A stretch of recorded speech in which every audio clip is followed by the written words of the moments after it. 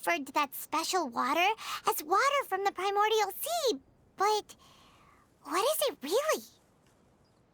Truthfully, that name is already quite accurate.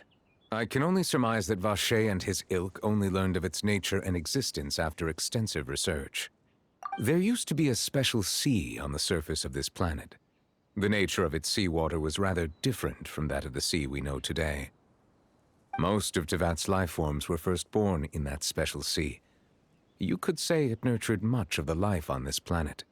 Huh. So it really was where everything began. It makes sense to call it primordial then. But today, the primordial sea no longer exists on the planet's surface. What Vacher discovered must have been some kind of special case, or a remnant from a truly ancient age.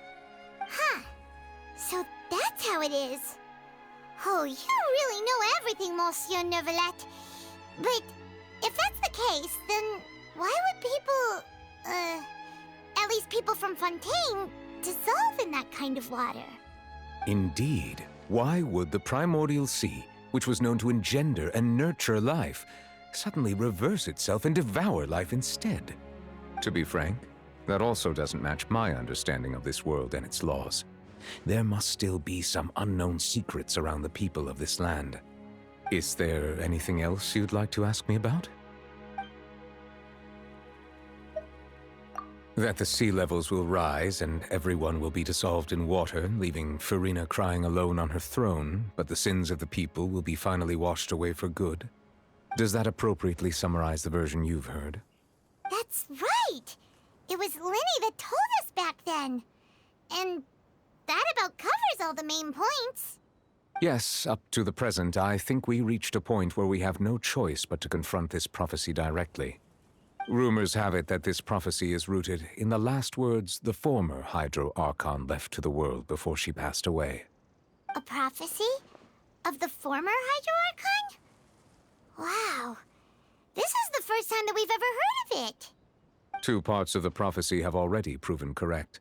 The rising sea levels and the ability of the people of Fontaine to be dissolved. We should be more vigilant and stay on the watch for further signs. Speaking of the prophecy, Farina has also always taken it quite seriously. Indeed, she has been collecting information and intelligence from across Tevat for this purpose.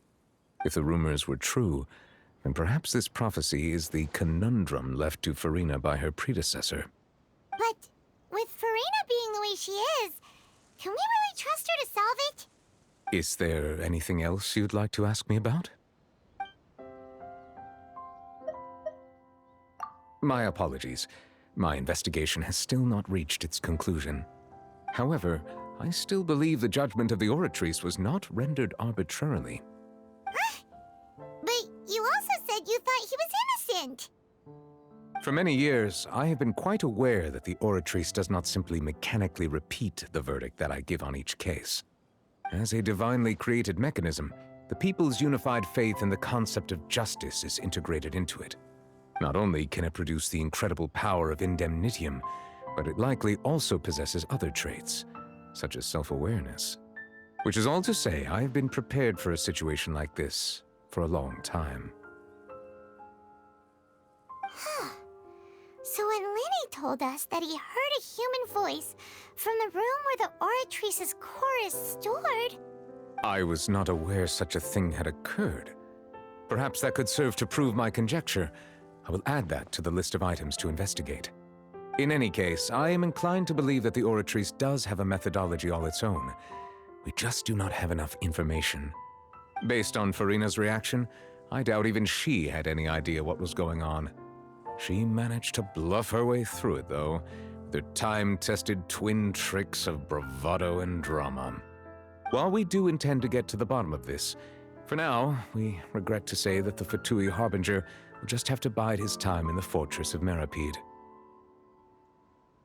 If we did incorrectly convict him of crimes he did not commit, we will most certainly compensate him to the fullest extent allowed by the law.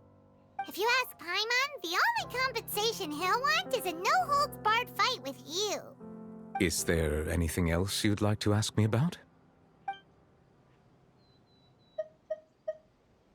Your sibling, another blonde-haired traveler. I'm sorry, but I've never seen anyone who matches that description. If he ever stepped foot in Fontaine, I'm sure he followed our laws to the letter, and had no reason to appear on the stage of the opera Epicles. Is there anything else you'd like to ask me about?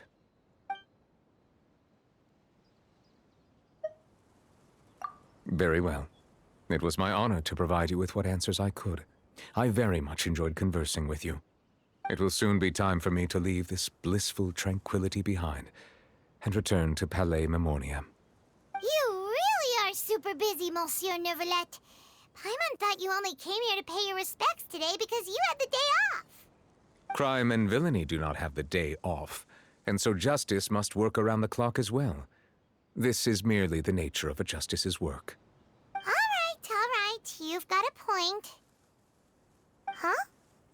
Paimon just noticed that the rain has stopped.